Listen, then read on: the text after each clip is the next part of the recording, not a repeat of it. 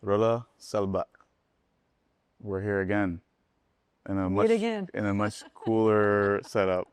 I love this place. Yeah, we just got to give a shout out real quick to Little Arabia for making this happen. Yes. Yeah, we're gonna get into a conversation about something in that same vein of community organizing. So, I wanted to ask you, that's something that I've been dealing with in my own internal thoughts for the past 2 years that's really brought this concept to light is what are your thoughts on community organizing and events and parties and celebrations and anything of that nature, especially within the MENA community, while our people are going through an ongoing genocide and suffering that of the likes that we've never seen before. I personally have conflicting thoughts about it, but I've been really interested to hear your thoughts because I know that you can provide some guidance and wisdom on that. I mean, I can only say that I think that whatever it is that they don't want, we should do. And I think what they don't want is for us to be in community. They don't want us to know how supportive we are of each other. They don't want us to really be deep in our culture. They don't want us to succeed. They don't want us to celebrate. They want to take away our joy. So everything it is that they want, I feel like we should do the opposite. Okay. And that's my general philosophy. And so what I know is that they want to take away our joy. They want to take away our community. They want to take away our culture. They're stealing our culture. So I think anything around being together, taking the energy we have online and bringing it together in real life, through direct action or direct community organizing or even direct solidarity, direct commiseration, just feeling together, being together, anything of that sort, I'm a huge, huge proponent of. And I feel like we should do more of, actually, to be honest. Because it's very easy for us to be isolated online. And they want us to feel isolated. They want us to feel like we're alone. They want us to feel like we're screaming into a void and no one's listening. But it's only when we're together that we understand the power of who we are as people. So I think it's extremely, extremely important. I do think, though, that there is a way to do it. And I do feel strongly about, for instance, posting things like abundance, luxury, like food, I look flashy, I look this, I look that, which is never what these events are about anyway. But I feel like being very, very careful about posting abundance that people, not just in Palestine, but people around the world don't have either. So just being very, very careful with how we do it, because understanding that our people in Palestine don't want us to feel like they are forgotten, but they also would love to feel joy as well if they can as well. And I know, like, a lot of people reach out to me from Gaza, and sometimes I'll post like something sarcastic or making fun of something, and instead of just all the trauma, and they're like, thank you for making me smile, thank you for making me laugh. Yeah, I'm so glad you brought up that point. I wanted to know, because you seem like you're very like tapped in to literal, like, first person voices in Gaza. And I've heard this before where, again, I have struggled with having good times and joking and laughing, especially on the show, especially on the podcast. I actually had to crowdsource out because we didn't know if that was something that would be maybe looked down upon or frowned upon. So I'm glad you said that, because it makes me feel a lot better that our joy is a form of resistance, as you were alluding to. And I wanted to, that's kind of like one of my questions was, do you think that this is a form of resistance? And what are the thoughts of the people on the ground about seeing the diaspora coming together? Yeah. I mean, I obviously, we are not all a monolith. So just because people are reaching out to me, telling me they feel a certain way, doesn't mean like everyone in Gaza feels that way. Doesn't mean everyone in historic Palestine in general feels that way. But I think that I think it is important for us to understand just how powerful our joy is. And how do we know that? Anytime we have a prisoner release in Palestine, Yeah. right? They release our prisoners, piecemeal. What is it that we are not allowed to do? We are not allowed to celebrate. Right. The people in Palestine it's literally illegal. The literal IOF stops them from celebrating. Right. And so what does that mean to you? That means that our celebration, our joy in each other is so much more powerful than we think. And it's actually quite important. Right. So that's why I keep going back to say, like, what is it that they want? We do the opposite. Yeah. And just the fact that our joy is literally illegal in historic Palestine signals to me that that's something we should double down on. I love that. And going back to the point about kind of navigating where there's a right way to do it, can we get into that more? Is there like a red line? Because, abundance and all of that, it seems gluttonous. There are some things that just are way too much. But again, that's kind of arbitrary. It goes person to person. I really wanted your thoughts on, let's say, Habibi House wanted to do an event. What is the right way to go about it? How do we advertise it? How do we promote it? What are the right words to use? Again, I try to treat this as delicately as possible, and I try to navigate it with, you can't please everybody. Everyone's going to have something, especially in our community. The aunties are, we'll be talking about something. But so I wanted to get your idea on that matter. I will definitely give you my idea. However, and I know this is like unconventional because maybe I'm not supposed to ask questions, but I would first start with a question about why it is you want to do that event. So what is it about that event that you want to do with it? Why do you think it's important? So you start with that. Right, like rhetoric. Ask yourself that. Ask yourself, like, what is it? Why is it that I'm doing this? Is it that I'm doing this because of, this reason or that reason? Yeah. And if the reason has to do with joy is a matter of resistance, amplifying our voices in historic Palestine, in Gaza, and everywhere else in Palestine, being together, elevating like our story, like if that's what it's about, then that's what it's about. Then you start understanding, okay, you doing your very best to be like, if this is what it's about, is it really about, look at all, this huge, I don't know, like kusa water that I'm like, what is it then about? Yeah.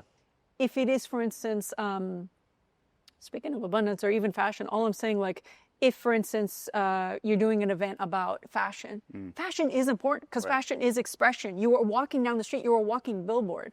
Right. People are looking, what are you trying to say with what you're wearing? I mean, our threads, the keffiyehs, everything, all of that is very, fashionable and trendy now, but it's historical for us too.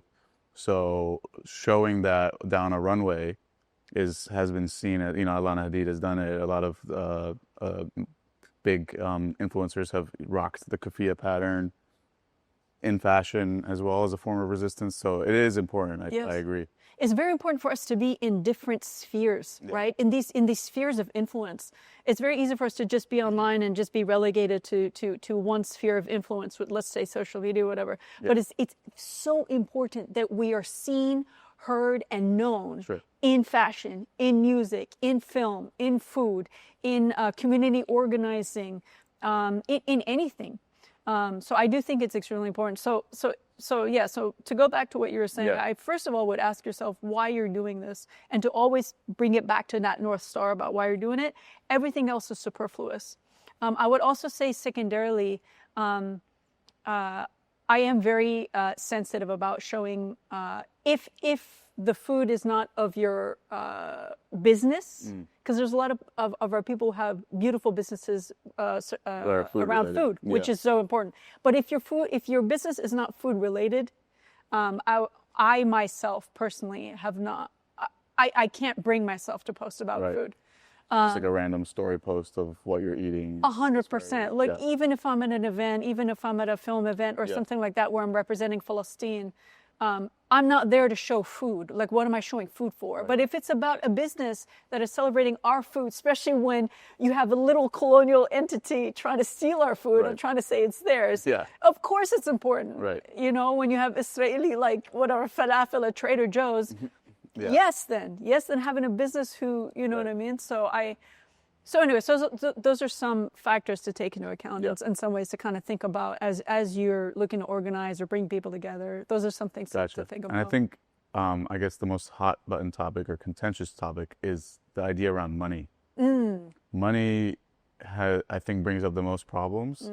And this is kind of the most pressing subject that I could think of is what are your thoughts about profiting or making money during this entire thing, especially in our community? In our community, if you're talking about the Palestinian community Palestinian and adjacent, Arabic community, all communities, my thoughts, I'll tell you my true thoughts. My true thoughts are, this time is not a time like any other. This is not normal times. This is not whatever normal times means anymore. This is not this is like a time where we all need to put all of our focus and energy on what's happening in Palestine. And so because of that, I myself would say that anything that we can do in terms of, as you're running a business, obviously you need to run a business. So understanding that, it's a business, it's not a charity, it's not a nonprofit, you have a business. However, if you are now, because of how, alhamdulillah rabbil alameen, of how prominent the pro-Palestinian movement has become, there's a huge amount of grifting that can happen, an opportunity for grifting. And so because of that, I would say, A, watch out for grifters. And I'd say, B, I myself personally would say, find a way, any way, to make sure that a percentage of what it is that you do, as long as it doesn't mean that you are now, in the red and like you can't run a business, like you need to run a business. But anything that you can do, if you are using the voice of Gaza as a means for elevating your business, then we owe it to them to give back somehow. And that giving back is up to you. Yani, if you have an organization, if you have families you're helping, whatever. The amount has always been contended as well. Like people say, if you use Gaza, it's got to be 100. Some people believe that. Some people do 20, 25%. It's very difficult to like pinpoint a number that's going to appease everybody. So most of the time, like anyone who wants to just say, oh, we've donated 100%. If you can do that, like, alhamdulillah. Exactly. If you can, that's the key. But on the flip side, what I was asking you kind of off camera earlier was, is like profiting and scaling and growing as an Arab or Palestinian specifically, a form of resistance post-genocide where, you've grown and you're there to stay. Like nobody can mess with you after the fact. Like this can't ever happen to us again through economical power. Yes. So that's my question to you. I love that. I think the truth is that just because one person succeeds and has economic power does not mean that it is now something good for the community at large.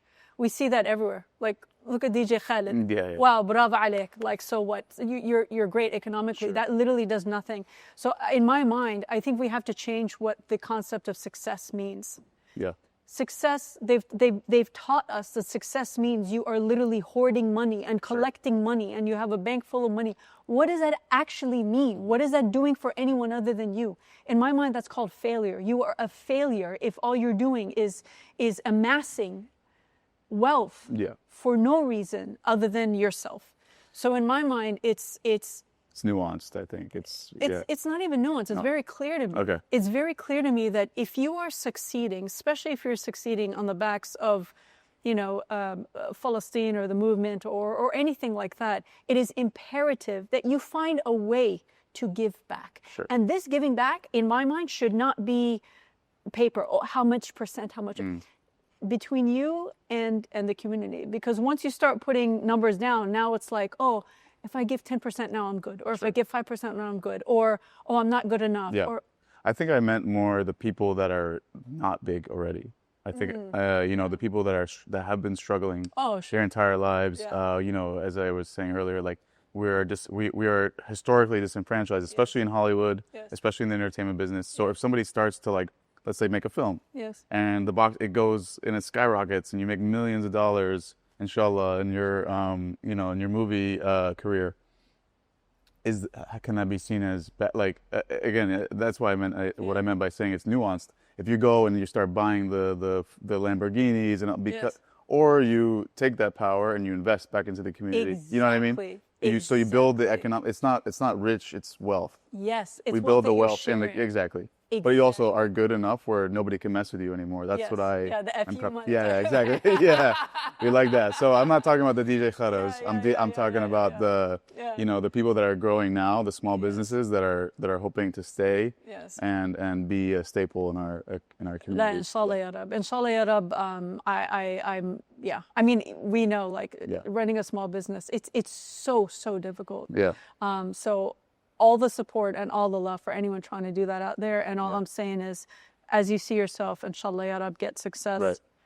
To share that out, just like you would have loved to be shared out. Yeah. You know what I mean? And if you're listening to this, Rolla will find you.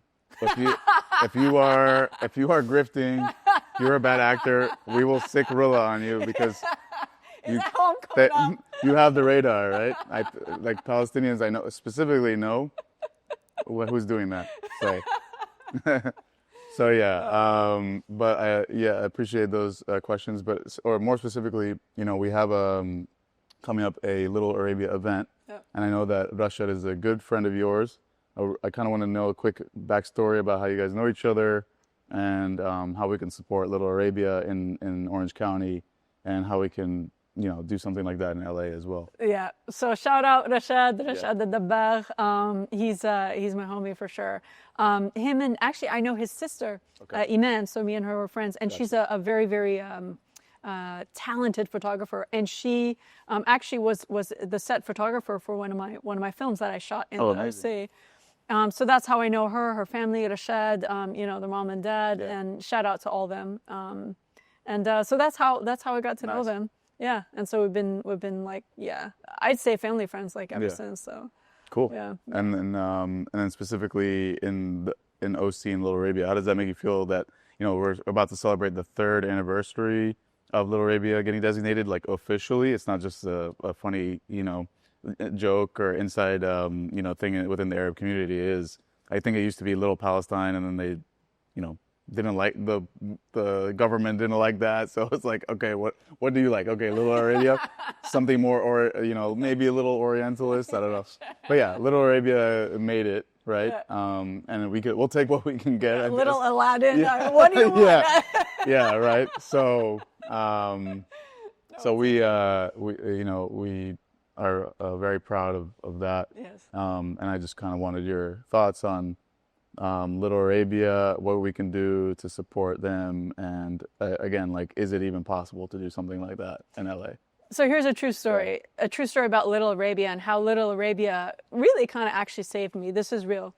So I wasn't living in California, and I was shooting my my second feature film, and we're shooting in California. We're shooting in the OC, and I didn't know anything about California or the OC, and so we were shooting. I think it was in Anaheim or somewhere, I forget. Long story short, I was in some apartment, and I didn't really know anything about anything, and I was feeling kind of homesick. I didn't know, and I was trying to shoot this film, and I don't know what. And then it was Iman, and Rashad was like, oh, you should try Little Arabia. Have you been to Little Arabia? I'm like, what? And before it was official, it was just called Little Arabia, right? It was Ball Street, right? On Ball Street. It's like, have you tried, and at the time, there was a restaurant called Olive Tree. Mm-hmm. They're like, have you tried Olive Tree in Little Arabia? I'm like, what's that? Where's the... Dude, I would eat at Little Arabia every day. Every day, I would eat at Little Arabia. There's another place, Victory Bakery, another Sanabin, like Menaish. And now it's like blossomed to... We're trying to make like a list of all of them. It's going to be an insane undertaking, but we're very committed to doing that. There's so many of them. I can't even name them, but really, I would literally, that's where I would eat every day. And it just made me feel like a little bit of home. And you get like people of all shades, not just Palestinian, not just Arab, like you're just all hanging out, being together, eating great food, and it actually really did save me. It saved my we had the opportunity, myself. and that's that slice of heaven, you can't beat this. A little slice of home. For real, exactly. We had the opportunity of interviewing Knefe Cafe and Little Arabia restaurant. So that's going to come out soon as well, and they told us some pretty interesting stories, especially Knefe Cafe. Let's just say people were going to the ends of the earth to find out how they make the knefe. And I can tell you that off camera. So yeah, it's some wild stories. Like that's people go crazy over our food. Let's just put it that way. It's true. And I want to say one more thing. There was one other beautiful moment. Actually, just so during this genocide, I'm like, and to your point, we don't have anything like that in, I'm in the West Side in LA. Yeah. So one day I'm like, man, I want to eat our food. I want to be around our people, so on and so forth. Yeah. And so we were just like, why don't we just go to Little Arabia? This is no joke. From Venice Beach, which is where I am. And so we literally drove whatever that was, like an hour. Yeah. And it was a Saudi guy who owned the place, and I got some menaish, and he found out I was Palestinian. He literally, if I tell you, I had 5 stacks of menaish with the pickles, whatever, for free. The Syrian guy in Little Arabia. Yeah, Little Arabia. Okay. I forget which spot it was. فرن الحارة. Yeah, shout out to you, Ammo. I don't know who you are, but like literally, he found out. He's like, Palestinian. He drove all the way out from West LA. Yeah. So it's That's the. I mean, it gives me. I honestly get a little emotional over that because it's like that. Just that you're like instant family, so exactly, and you can't get that anywhere else. So inshallah, يعني the West Side. Hopefully I mean, honestly, we just got our version of at Kamaria at Culver City. They opened it. Oh yeah, the Yemeni place. The Yemeni coffee shop. So we'll take you soon. And we got Jackson Market. Shout out Jackson Market. Dama Grill. They're OGs. Dude, we should go to Kamaria. I've been dying. Yes, we'll go for sure. I owe you that for this. No, but for sure. Again, Rolla, you are amazing. You are a pillar in our community, and I thank you so much. No, thank you for everything you're doing. Shout out Little Arabia. Shout out Rashad. Thank you. Yallah.